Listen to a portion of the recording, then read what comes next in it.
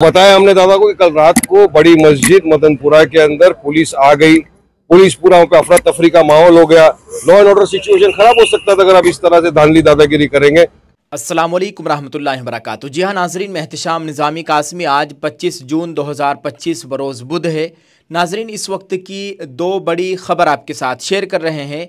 इस वीडियो में दो ख़बरें हैं जो आपके साथ शेयर करनी है। एक ख़बर है, हर महीने मस्जिद के इमाम साहब को वक्फ बोर्ड के दफ्तर में अपना ज़िंदा होने का सबूत देना होगा। दूसरी ख़बर है, मस्जिदों से लाउड स्पीकर हटाए जा रहे हैं। दोस्तों, ये वीडियो बहुत अहम है, आप इस वीडियो को मुकम्मल देखिएगा और इसको ज़्यादा से ज़्यादा लोगों तक पहुँचाने की कोशिश करें। आइए नाजरीन, पहली ख़बर से आप लोगों को आगाह करते हैं। मीडिया रिपोर्ट से मिली जानकारी के मुताबिक दिल्ली वक्फ बोर्ड ने इमामों के एजाज़िये पर लगाई शर्त। हर माह 20 तारीख को बोर्ड के दफ्तर में देना होगा जिंदा होने का सबूत। दिल्ली वक्फ बोर्ड ने इमामों और मुअज्जिनों को एजाज़िया पेश करने के अमल को शफाफ और सख्त बनाने के लिए बड़ा कदम उठाया है। अब दिल्ली के तमाम मसाजिद के इमामों और मुअज्जिनों को हर माह अपने ज़िंदा होने का सबूत देना होगा। वक्फ बोर्ड के नए हुक्म के मुताबिक उन्हें हर माह की 20 तारीख तक दिल्ली वक्फ बोर्ड के दफ्तर में आकर अपना चेहरा दिखाना होगा।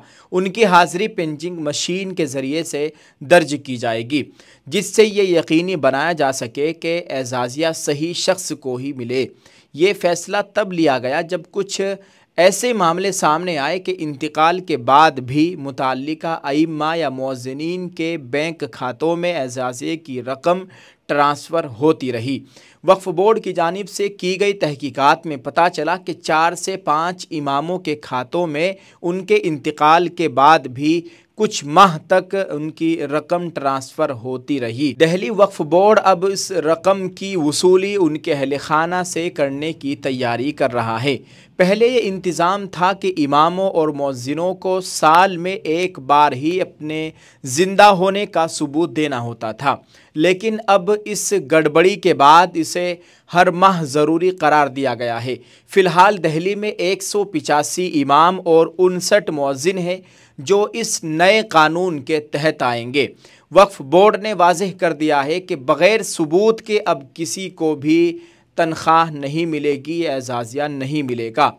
इमामों और मुअज्जिनों की हाज़िरी को मशीन से मुंसलिक करने का मकसद शफ़ाफ़ियत को बढ़ाना और बदउनवानी को रोकना है। अगर कोई इस अमल में बेकायदगी करता है तो उसके ख़िलाफ़ सख्त कार्रवाई की जाएगी। वक्फ बोर्ड की सख्ती के बाद अब हर माह की 20 तारीख को इमामों और मुअज्जिनों को ख़ुद हाजिर होकर ही एजाज़िया हासिल करना होगा, ताकि मुस्तक़बिल में ऐसी गड़बड़ी का कोई इम्कान ना रहे।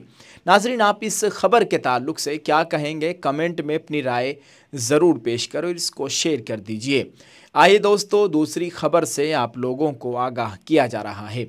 नाज़रीन, मुंबई की मसाजिद में लाउड स्पीकर के तनाज़े पर अजीत पवार की मीटिंग।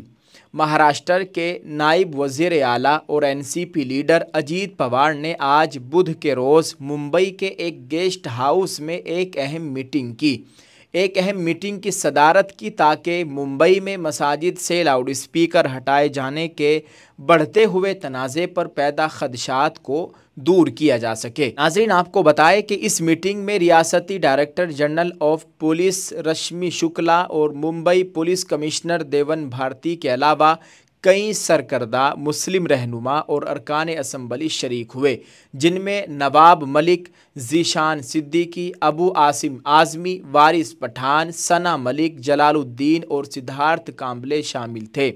वफ़द ने इस पर तशवीश का इजहार किया कि पुलिस बीजेपी के एक साबिक एमपी की जानिब से शुरू की गई मुबैना मुहिम के दबाव में मसाजिद से लाउड स्पीकर हटाने में हद से तजावुज़ कर रही है।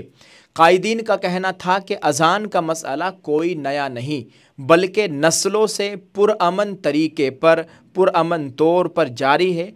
मीटिंग के बाद समाजवादी पार्टी के रियासती सदर अबू आसिम आज़मी साहब ने कहा कि किसी सोमिया नामी शख्स ने मुंबई में दबाव पैदा किया है। एक शख्स की वजह से पूरी मुस्लिम बरादरी को हरासा किया जा रहा है।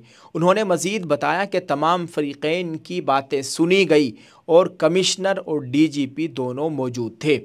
दोस्तों आपको बताएं कि ऑल इंडिया मजलिस इत्तेहादुल मुस्लिमीन के लीडर वारिस पठान ने भी वफ़द के जज्बात की बाज़गश्त की। उन्होंने बताया कि वफ़द में मुस्लिम कानून साज, समाजी कारकुन और बिरादरी के नुमाइंदे शामिल थे।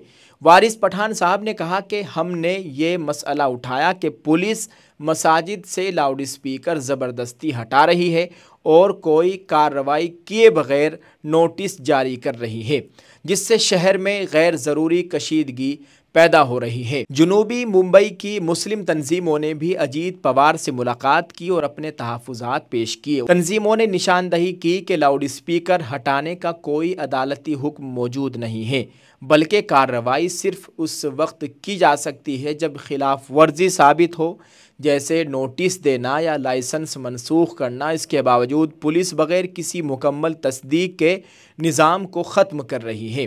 ये भी बताया गया कि ये तनाज़ा बीजेपी के एक रहनुमा के गोवेंडी जैसे इलाकों के दौरों के बाद शिद्दत इख्तियार कर गया, जहां उन्होंने मुबैना तौर पर लाउड स्पीकर के इस्तेमाल पर मसाजिद के ख़िलाफ़ कार्रवाई के लिए पुलिस पर दबाव डाला। मुस्लिम रहनुमाओं ने फ़िरक़ावाराना हम आहंगी बरकरार रखने के लिए मुनसिफ़ाना और शफ़ाफ हल की अपील की और हुकूमत से मुतालबा किया कि सियासी दबावों के बजाय कानूनी दायरे में रहते हुए कानून नाफिज करने वाले इदारों को वाज़ेह हिदायत दी जाए। ज़राए के मुताबिक इजलास में महाराष्ट्र के नायब वज़ीर आला अजीत पवार ने फ़रीक़ैन के मौक़िफ़ को तहम्मुल से सुना और यकीन दहानी कराई कि किसी भी कम्युनिटी के साथ नाइंसाफ़ी नहीं होगी और अगर कहीं शिकायत हैं तो उसकी बाज़ाब्ता जांच होगी। जी हाँ दोस्तों, आप इस ख़बर के ताल्लुक़ से क्या कहना चाहेंगे, कमेंट में अपनी राय ज़रूर पेश करें और इस वीडियो को दूसरे लोगों के साथ ज़रूर शेयर करें। दुआ करें अल्लाह ताला हम सब के हाल पर रहम फरमाए। दोस्तों यकीनन ये हमारी ही बदआमालियों का नतीजा है जो इस तरह के मामलात हमारे साथ पेश आ रहे हैं। मस्जिदें खाली पड़ी हुई हैं, मुसलमान मस्जिदों से दूर है, नमाज़ों में गफलत बरते हुए है, अपने उलमा से दूर है।